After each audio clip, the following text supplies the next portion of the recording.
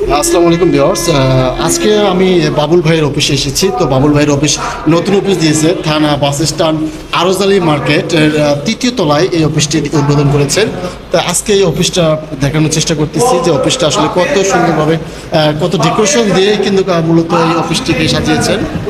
এখানে CC camera আছে প্রত্যেক জায়গায় প্রথম তলা থেকে শুরু করে তৃতীয় তলা পর্যন্ত মূলত সিসি ক্যামেরা রাখা হয়েছে। এখান থেকে ধর বিশেষ করে বড় একটা টিপিও রাখা হয়েছে আর চার্জিংয়ের জন্য কিন্তু উনি ব্যবস্থা করেছেন। আর যদি আমরা একটু ভিতরে দেখাই, পশ্চিম সাইডটা যদি দেখাই, যে পুরো ফ্লোরটাই কিন্তু আসলে এই সাধারণ মানুষের জন্য কিন্তু উনি করে দিয়েছেন। এখানে ফ্যানও রয়েছে অনেক, এখানে চা কফি খাওয়ার জন্য এবং রেস্টের জন্য রুম। বিশেষ করে এখানে কিন্তু যারা আসবে সাভারবাসী সবার জন্যই যে করে দিয়েছেন। সাভারবাসীর জন্য মূলত এই বসার আয়োজনটা করেছেন এবং মুরব্বীরা যারা আছেন তারা যেন এসে গল্প গুজব করতে পারে, সেজন্য মূলত এই বাবুল ভাই এই দিকটা নিয়েছেন, এই চেয়ার টেবিলগুলো দিয়েছেন সাভারবাসীর বন্ধুপ্রিয় ভাইদের জন্য, তারা যেন আসে বিশ্রাম নিতে পারে এবং গল্প গুজব করতে পারে, সেজন্য মূলত এটা করেছে। জাস্ট এখানেও কিন্তু একটা টিভি রাখা হয়েছে, প্রায় ফ্লোরটা অনেক সুন্দরভাবে ডেকোরেশন করে সাজিয়েছে। তা আমরা একটু ভেতরে থেকে যদি যাই, ভেতরটাকে আর একটু দেখানোর চেষ্টা করতেছি। আমরা একটু ভেতরে দিকে যাওয়ার চেষ্টা করতেছি। এখানে আমাদের আছে নীলাবর্ষা রিভারকুইন পার্কের প্রতিষ্ঠাতা পরিচালক জনাব মোহাম্মদ বাবুল মিয়া। আমরা বাবুল মিয়ার সঙ্গে কথা বলবো যে এই অফিসটা আসলে কি জন্য দিল বা সাভারবাসীর জন্য কি মনে করে দিল, তার মনের আশা আকাঙ্ক্ষাটা জানতে চাচ্ছি। আসসালামু আলাইকুম রহমতুল্লাহ। আমি আপনার কাছে জানতে চাচ্ছি, যদি বলেন। বিসমিল্লাহির রহমানির রহিম। তো আমি ওনাকে ভালো জানি, কবি খায়রুল ভাই একজন সাংবাদিক, সে হিসাবে আমার অফিসে উনি আসছেন, আমি ওনাকে ধন্যবাদ জানাই। তারপরে এই লোকটা ভালো, আমি তাকে ভালোভাবে দেখি, স্নেহ করি। আমার অফিসে আসছে, এটা আমার বাবার মরহুম আরজালি মিয়া, ওনার এই অফিস। আমি তার বড় ছেলে, আমার নাম মোহাম্মদ বাবুল মিয়া। আমি একটি পার্ক নির্মাণ করেছি। এই পার্কটি হচ্ছে বংশী নদীর পাড়ে। এই পার্কটি হচ্ছে সাভার থানার পশ্চিম পাশে, নদী সংলগ্ন এবং মাননীয় ঘাট স্টেডিয়ামের পাশে, পশ্চিম পাশে এই পার্কটি করেছি। আমি সাভার থানা বাস স্ট্যান্ডে বড় হয়েছি। আমি সাভারের কৃতি সন্তান, আমার জন্মভূমি সাভারে। আমি সবচেয়ে চিন্তা ভাবনা করি যখন দেখি আমার একটা মানুষের দেখি যে সে খাবার পাচ্ছে না, ভাতের কষ্ট, এটা খুব মারাত্মক। বসার জায়গা পাচ্ছে না, এটা বড় মারাত্মক। মানুষের একটা জীবন আছে, যে রৌদ্রে একটা মানুষ দেখা গেল, সে আজকে প্রতি দেখা যায় মানুষের আজকে হার্টের সমস্যা হয়ে যায়। তো আশা করি আমার এই অফিসটা করা হয়েছে এটা মানুষের খেদমতের জন্য, মানুষের জন্য, এবং আমার সাথে কোনো মানুষের ভেদাভেদ নেই। আমি মনে করি আমি একজন নিষ্ঠাবান ভালো মানুষ, আমি একজন সৎ মানুষ। অনেক সময় দেখা গেছে মিথ্যা কথা কিছু বলছি, কেন বলছি, মানে কিছু চাওয়া পাওয়ার জন্য মানুষকে কিছু মিথ্যা কথা বললাম, একটা কাজ করলাম, যে ভাই দেখা গেল 10,000 টাকাতে কিনছি, মিথ্যা কথা, ওইটা দেখা গেল আমি 20,000 টাকা বিক্রি করলাম, কিন্তু বলি নাই, কিন্তু 10,000 টাকা লাভ হলো। উনি আমাকে বলল যে 10,000 টাকা কিনছেন, আপনার তো লাভের দরকার। আমাকে কাপড় বলে জানবো। যাই হোক, অনেক সময় এগুলি ব্যবসা বাণিজ্য করছি। এখন আপনাদের পাশে আছি, আমার চাওয়া পাওয়ার কিছু নাই। একটা কথা আছে যে আমরা মুসলমান, আমি মুসলমান, আমার বাঁচতে হবে। আমি যদি সারা জীবনই মানুষের ক্ষতির কাজ করি, আমার তো একদিন মরতে হবে।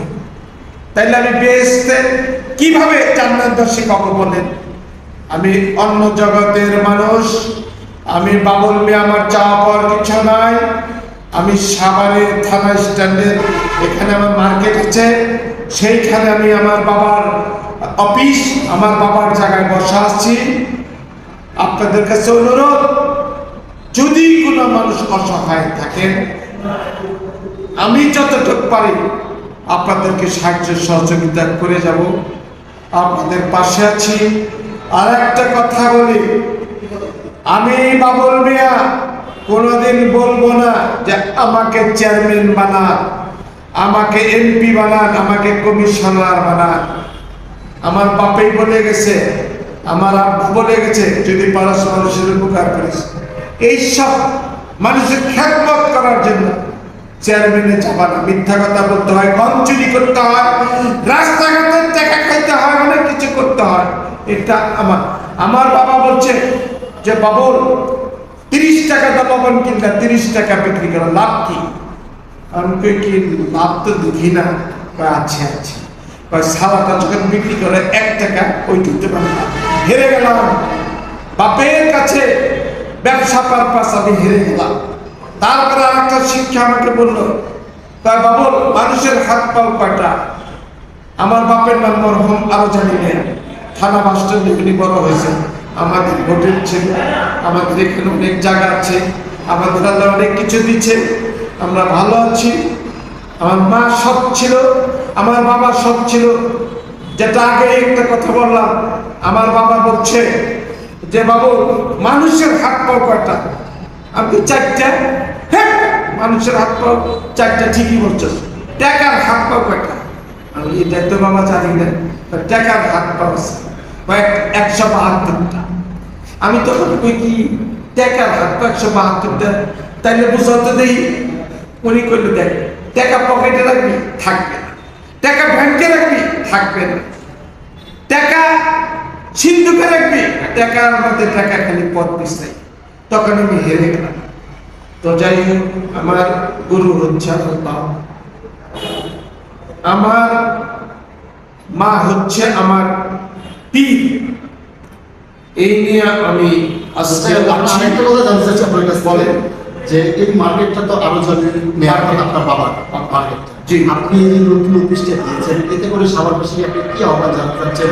আমি যেমন ধরেন আমার একটা পার্ক আছে, আপনাদের কাছে অনুরোধ, অনেক সময় আমি পার্কেও থাকি, বুঝেন।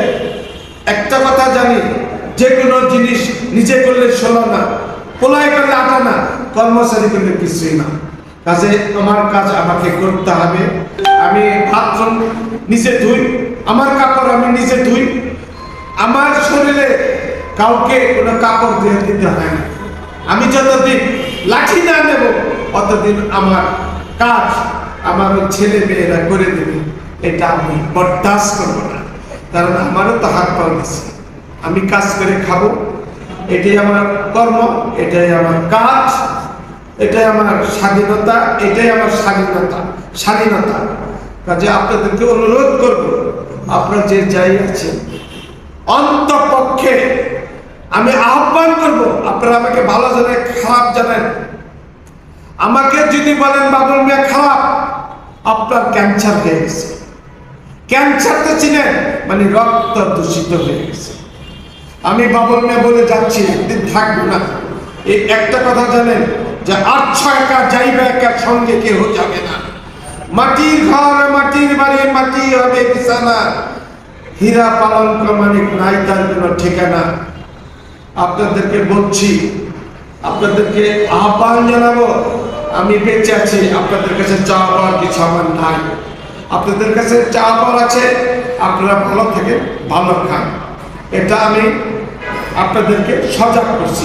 কাজে অন্যায় পথে বাদ দেন, অন্যায় জিনিস ভালো না। কি হবে আজকে দেখেন, বাংলাদেশে কোটি কোটি টাকার মালিক দেশ ছাড়া। কারণ কি? অবৈধ কাজ করছে, মানুষের টাকা হাতায় নিছে, জায়গা জমিন দখল করছে। আজকে কিসের মন্ত্রী, আজকে কোথায় তারা জেলখানা? কেন? প্রশ্ন করেন বিবেকে, আপনার বিবেককে আপনি প্রশ্ন করেন, তাহলে দেখবেন দেশ আমাদের ভালো হয়ে যাবে। দেশে কোনো আগাছা থাকবে না, জঙ্গল থাকবে না, পরিষ্কার হয়ে যাবে। এটা আপনারা আমি বলছি, আমার অভিজ্ঞতার কথা বলছি। আমি আপনাদের জন্য আপনাকে অসংখ্য ধন্যবাদ। আমি আপনাদের জন্য দোয়া করি, আপনারা ভালো থাকেন। যারা মারা গেছে তাদের জন্য জান্নাতবাসী বেহেশতবাসী করি। আমার কোনো শত্রু নাই, আমি শত্রু কেন? আপনারা আমার শত্রু হইবেন, আমি আপনাদের শত্রু হব, কোনো দরকার নাই। আপনার পাতিলের ভাত আপনি খান, আমার পাতিলের ভাত আমি খাই, তাহলে আপনার উপর আমার রাগ করার কি আছে বলুন? আমার উপরে রাগ করার আপনাদের কি আছে? আসেন আমরা বাংলাদেশটাকে সৌন্দর্যকে দেখি। দেশ কষ্টের বিনিময়ে দেশ স্বাধীন হয়েছে। আমরা দেশকে ভালোবাসি, মানুষকে ভালোবাসি, তাহলে আমাদের কোনো পথে কাটা থাকবে না। রাখি, অনেক কথা বললাম, পরিষ্কার একটা কথা বলতে চাই। আজকে যারা আছেন আমার কথাগুলি শুনবেন, এই কথাগুলি ফলো করবেন, লাইক করবেন। আরেকটি কথা বলি, মাকে শ্রদ্ধার পাত্র, মাকে ভজন করবেন। বাপ শ্রদ্ধার পাত্র, বাপকে শ্রদ্ধা করবেন। যার হাতে যার ছেলে দুনিয়া আছে, আল্লাহ তো আছে। আর এক ইংরেজিতে বলছে ওয়ান গড, আরবিতে বলছে আল্লাহ ওয়াহিদুন, আল্লাহ এক। আপনার সাথে আমার টাকা আছে, বাহাদুরি করে লাভটা কি বলেন তো? 3.5 লাখ কবর সবার জন্য, এটা কি রাইট? এটা আল হাদিসের কথা। একজন মুসলমান গরিব রিক্সাওয়ালা, তার জন্য 3.5 লাখ, এবং আমার জন্য, আমি কোটি কোটি টাকার মালিক, আমার ওই 3.5 লাখ কবর। কি করে আমি মানুষকে থাপ্পড় দেব, অহংকার করব? খেতে আইলে দেখা যায় একটু পরে আসেন, তার মানে কি চান আপনারা? ভালো হয়ে যান, ভালো হয়ে কোনো টাকা পয়সা নেই। আপনাদের অনুরোধ, আপনাদের দীর্ঘজীবী কামনা করি, সুস্বাস্থ্য কামনা করি। যারাই আছেন, বেঁচে আছেন, তাদের সবসময় আমি দীর্ঘজীবী কামনা করি। ওকে, আমাদের বাবুল ভাইকে অসংখ্য ধন্যবাদ। তার কথাগুলো শুনে মূলত আমি যেটা বুঝলাম, সে একজন মন থেকে একটু মানবিক মানুষ এবং খুব সমাজসেবক। বিভিন্ন সময় দেখা যায় যে অসহায় মানুষ রাস্তাঘাটে পড়ে আছে, কারণ চিকিৎসার অভাব, উনি কিন্তু তাদেরকে সার্বিক সহযোগিতা করে থাকেন এবং তার কাছে আসলে কেউ খালি হাতে ফিরে যায় না। আমি একদম গণমাধ্যম কর্মী হয়ে আমি এই কথাটা বিশ্বাসের সাথে বলতে পারি এই কারণে, কারণ আমি তার ভালো দিকগুলো দেখার কারণেই কিন্তু মূলত তার সঙ্গে আমি চলতেছি, তার সঙ্গে মিশতেছি। আমি চাই বাবুল ভাইয়ের ফ্যামিলির জন্য সবাই দোয়া করবেন, আর আজকে যারা ভিডিও থাকবেন তারা বেশি বেশি করে শেয়ার করবেন। বাবুল ভাইয়ের জন্য দোয়া করবেন, আল্লাহ তাআলা যেন তার হায়াত দারাজ করে, আল্লাহ তাআলা যেন তার হায়াত বাড়িয়ে দেয়, আল্লাহ তাআলা যেন তার এই মনটাকে আরো উজাড় করে দেয়, মানুষের সেবায়, মানুষের কল্যাণে যেন বিলিয়ে দিতে পারে, এবং তার যে সন্তান আছে তারাও যেন তার এই বাবের হাত ধরে কিন্তু মানুষের সেবা করতে পারে। তো সবাই ভালো থাকবেন, সুস্থ থাকবেন, সবাই দীর্ঘায়ু কামনা করে বিদায় নিচ্ছি। আসসালামু আলাইকুম।